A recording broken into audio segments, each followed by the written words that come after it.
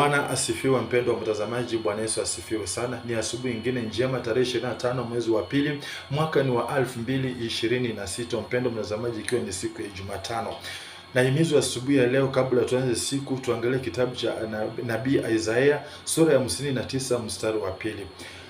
Kabla tusome mpendwa mtazamaji, tukiangalia pale bustanini mwa Edeni, Mwenyezi Mungu ako na ushirikiano mzuri sana na wanadamu, watu alioumba kwa mfano wake mwenyewe.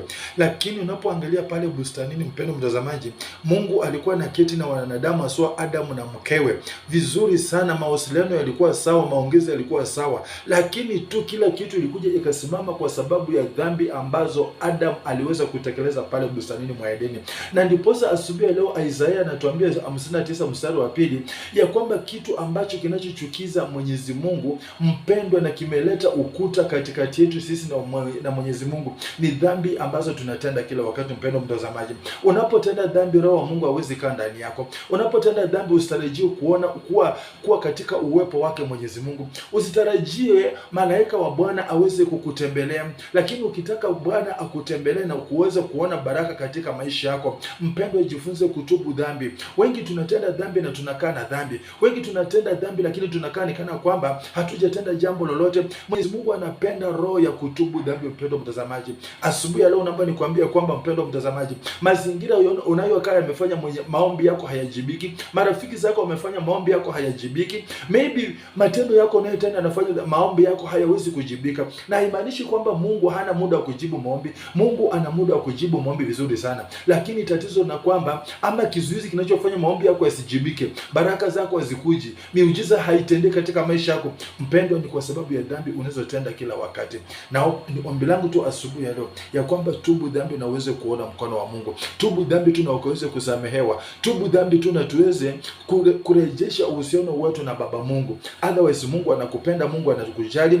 Tubu tu dhambi. Kuna dhambi za mawazo, kuna dhambi za matamshi na kuna dhambi za matendo. Mpendwa mtazamaji, mtu yeyote anayeishi katika maisha ya dhambi, Roho wa Mungu atakutoroka, uwepo wa Bwana hautakuwa juu yako, baraka za Mungu hautaziona. Lakini unapotubu dhambi, mpendwa mtazamaji, mfano mzuri sana katika Biblia, Daudi alitenda dhambi katika 2 Samuel chapter 11 pale, lakini uwepo wa Mungu haukuwa ndani yake. Na alipotubu dhambi, Psalms chapter 15 kuendelea, Biblia inatuambia kwamba Daudi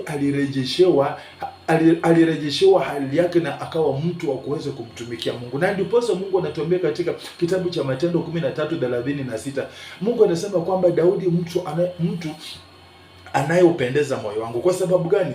Daudi alikuwa ni mtu wa kutubu maovu aliyokuwa anatenda. Kwa hivyo inaashiria nini? Mungu anafurahia watu wanaotubu dhambi zao. Mpendwa, tubu hasira yako. Toa watu waliokukosea katika moyo wako. Toa visirani katika maisha yako. Wacha uongo, wacha umalaya, wacha uasherati, wacha vitina, wacha kuvunja ndoa za watu, wacha kuvunja kazi za watu, wacha kuvunja mahusiano ya watu. Mpendwa, Mungu anakupenda sana asubuhi ya leo. Ni maombi yangu ya kwamba tunapoishi katika maisha haya, ishi ukijua kwamba hii dunia sisi wote ni wapita njia, lakini siku moja Mwenyezi Mungu atakaposhuka pale juu mbinguni, utakuwa mmoja wale watakao mlaki twende paradiso, ama utakuwa mmoja wale watakao nenda jehanamu. Mpendwa, ninakupenda na kutakia neema ya Bwana, roho ya kutubu ikuingie, ukatubu dhambi na uishi maisha yanayompendeza Mwenyezi Mungu. Tuombe. Baba, katika jina la Yesu Kristo Mfalme, ninakushukuru na kuabudu asubuhi ya leo.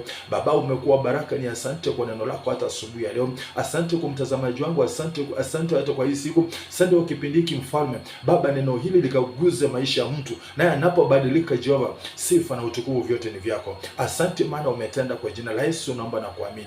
Amen. Asante Yesu. Bye bye. Shalom. God bless you.